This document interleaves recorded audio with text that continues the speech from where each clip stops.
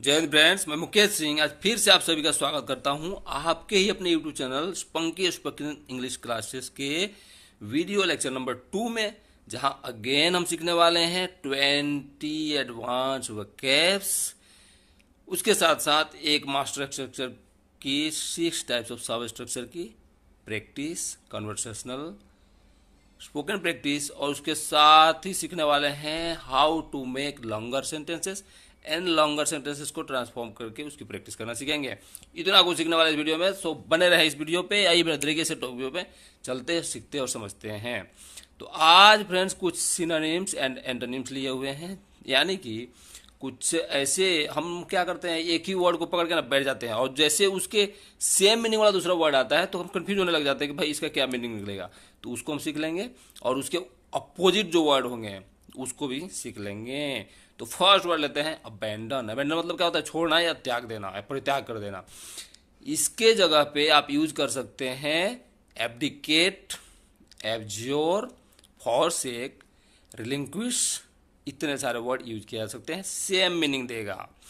और इसके जैसे अपोजिट जाना होगा, जैसे धारण करना, ये होता है छोड़ देना मतलब त्याग कर देना, और दूसरा होता है धारण करना, उसके लिए होता है hold and retained. Second word है अबेस्ट। अबेस्ट क्या है? एक एडजेक्टिव है जो कि विशेषता बताता है। इसका मतलब होता है शर्मसार, मतलब शर्म से एकदम पानी पानी हुआ। तो इसके सेम मीनिंग वाले वर्ड हैं जिसको सिनोनिम्स बोलते हैं एम्बेरस्ड, शेमफुल, कोय एंड ह्यूमिलिएटेड। और इसके ऑपोजिट वर्ड हैं यानी एंटोनिम्स हैं कॉन्फिडेंट, बायोएंट, जिसका मतलब होता है आत्मविश्वासी। अब देखिए थर्ड वर्ड है एब्जेक्ट। एब्जेक्ट भी एक एडजेक्टिव है जो कि विशेषता बताता है चीज़ों का।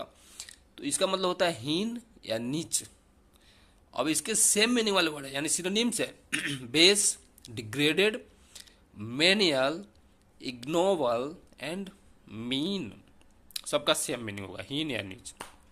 इसका अपोजिट वर्ड है यानी एंटोनिम्स है करेजियस, ऑनरेबल। इसका मतलब हिंदी मीनिंग होता है सम्मानित। और फोर्थ वर्ड है अब्लेज। अब्लेज क्या है? एक नाउन है यानी किसी चीज़ का नाम है। इसका मतलब होता है प्रज्वलित या जोशीला। दोनों मीनिंग में यूज किया जा सकता है। इसका सेम मीनिंग यानी सिनोनिम्स हैं कन्फ्लाग्रेंट, एंथुजियास्टिक, इम्पैशन्ड, इंसेंस्ड। सबका मीनिंग सेम निकलेगा कहीं ना कहीं। और इसका अपोजिट मीनिंग में जाएंगे एंटोनिम्स में तो होगा अनएक्साइटेड, ड्रियरी, इम्पैसिव, सबड्यूड, जो इसका हिंदी मीनिंग निकलता है उदास या अनुत्साहित, यानी इसका ठीक अपोजिट। तो ये रहे कुछ अपने वोकेबुलरीज जो कि हमारे डेली कन्वर्सेशन में और डेली यूज में सर्वाधिक यूज होता है। अब चलते हैं, हम पहले सीख लेते हैं कि how to make longer sentences. तो जो हमने डे 1 में सीखा हुआ है वहाँ पे हमने देखा था how to make shorter sentences, यानी छोटे छोटे सेंटेंसेस को कैसे फॉर्म करते हैं वो हमने सीखा हुआ है जब बात इशारे करने की होती है। और प्रेजेंट टाइम में कैसे करते हैं, पास्ट में, फ्यूचर में, तीनों टाइम में हमने सीखा हुआ है। उसी को यूज करके हम पहले उसके लॉन्गर से, जब क्या होता है हम, क्योंकि हम अगर रियल कन्वर्सेशन की बात होती है तो वहाँ पे हम ऐसा नहीं है कि छोटे सेंटेंस बोल के चुप हो जाते हैं, ऐसा तो होता नहीं है। हमें एक दूसरे को कनेक्ट कर करके लंबे लंबे सेंटेंस बोलने होते हैं। तो हम अपने जो हमारे नेटिव लैंग्वेज है उसमें तो बोल पाते हैं, लेकिन जैसे बात आती है इंग्लिश बोलने की तो वहाँ हम फंस जाते हैं। तो यहाँ आपको मैं बता दूँ, आपने रेलगाड़ी देखी होगी ना, ट्रेन तो देखा होगा। क्या आपने देखा है वो ट्रेन क्या पूरा और एक ही बॉडी होती है? क्या पूरी नहीं होती है, सब एक छोटे छोटे डब्बे होते हैं, और उसके बीच में ना छोटे छोटे कनेक्टर लगे होते हैं जो कि एक दूसरे को ज्वाइन करके एक बड़ी ट्रेन के रूप में हमें दिखता है। सेम रूल लागू होता है हमारे सेंटेंस फॉर्मेशन पे भी। यहाँ पे क्या होता है, कुछ इनविजिबल जो हमें दिख नहीं रहे होते हैं। लंबे लंबे सेंटेंस हम देखेंगे कि यहाँ से शुरू करके और वहाँ तक एक ही सेंटेंस है, लेकिन उसके जब गौर करके ऐसे जूम करके देखेंगे ना, उसके बीच में छोटे छोटे कनेक्टर लगे होते हैं, यानी कंजंक्शन लगे होते हैं या प्रीपोजिशन लगा होता है, और वही चीज़ एक दूसरे को कनेक्ट करता करता आगे बढ़ाता बढ़ाता जाता है। जिससे कि हम एक ही बार ऐसे देखते होंगे एक आदमी ऐसा बैठा माइक लेके कंटिन्यू बोला जा रहा है, बोला जा रहा है, बोला जा रहा है। तो वो सब इसका कमाल होता है।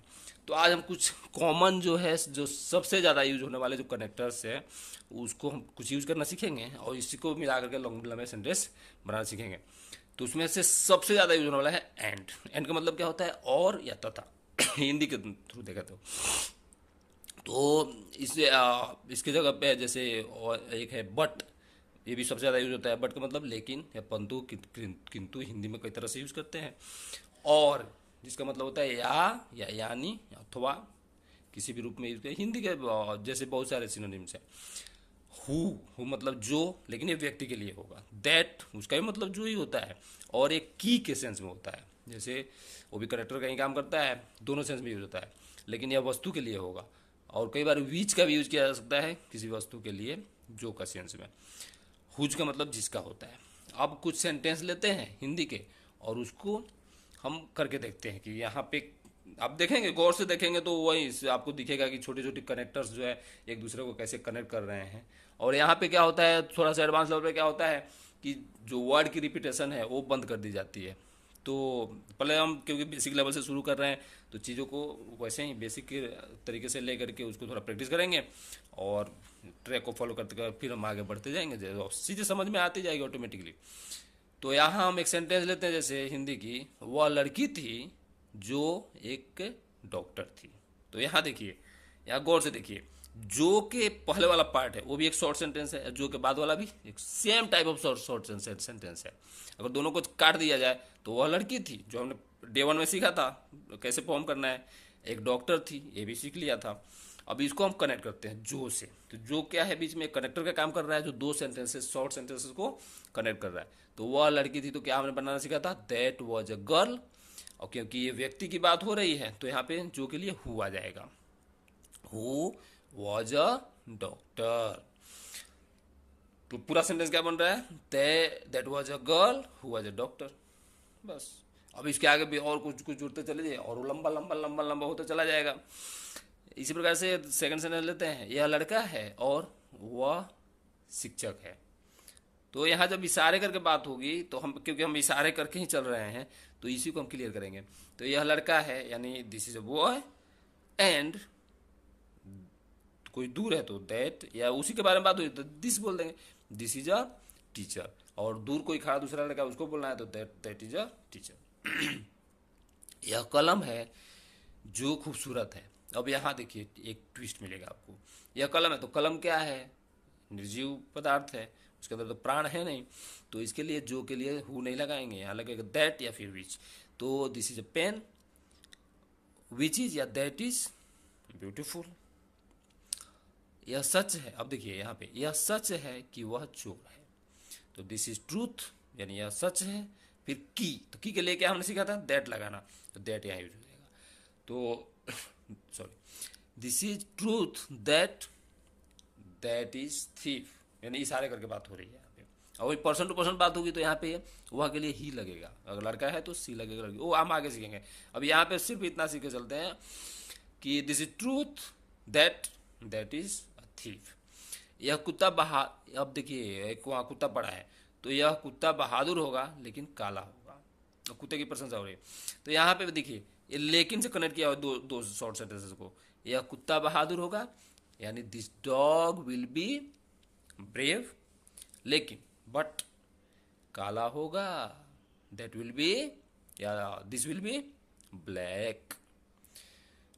तो ये रहे कुछ एग्जाम्पल, लेकिन यहीं तक आपको सीमित नहीं रहना है। आपको क्या करना है, खुद से और भी लंबे लंबे सेंटेंसेस फॉर्म करने हैं और उसको बोल करके प्रैक्टिस कराना है 10 बार 20 बार। जितना हमारा वोकल कोड क्लियर होगा, जितने हमारे टोन इंप्रूव होंगे, उतनी हमारी फ्लुएंसी ऑटोमेटिकली बढ़ते चली जाएगी।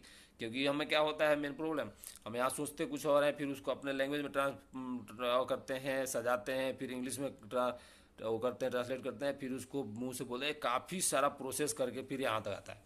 और जितना आप बोलेंगे ना ऑटोमेटिक हमारा ब्रेन उतना एक्टिव होता जाएगा, फटाफट फटाफट सेंटेंस बनना शुरू हो जाएगा, निकलना।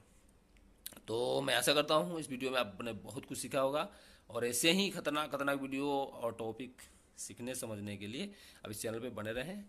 और नए हैं तो सब्सक्राइब करना ना भूलें, सब्सक्राइब तो कर ही दे ताकि जब भी वीडियो अपलोड हो सबसे पहले नोटिफिकेशन आपको जाए। और वीडियो पसंद हो तो लाइक करें और कमेंट करके भी बताएं ताकि मेरा भी हौसला बढ़े नए नए अच्छे अच्छे टॉपिक पे वीडियो बनाने के लिए। और सारे अपने मित्रों में भी शेयर करें ताकि अधिक से अधिक इसका लाभ ले सकें। So thanks for watching.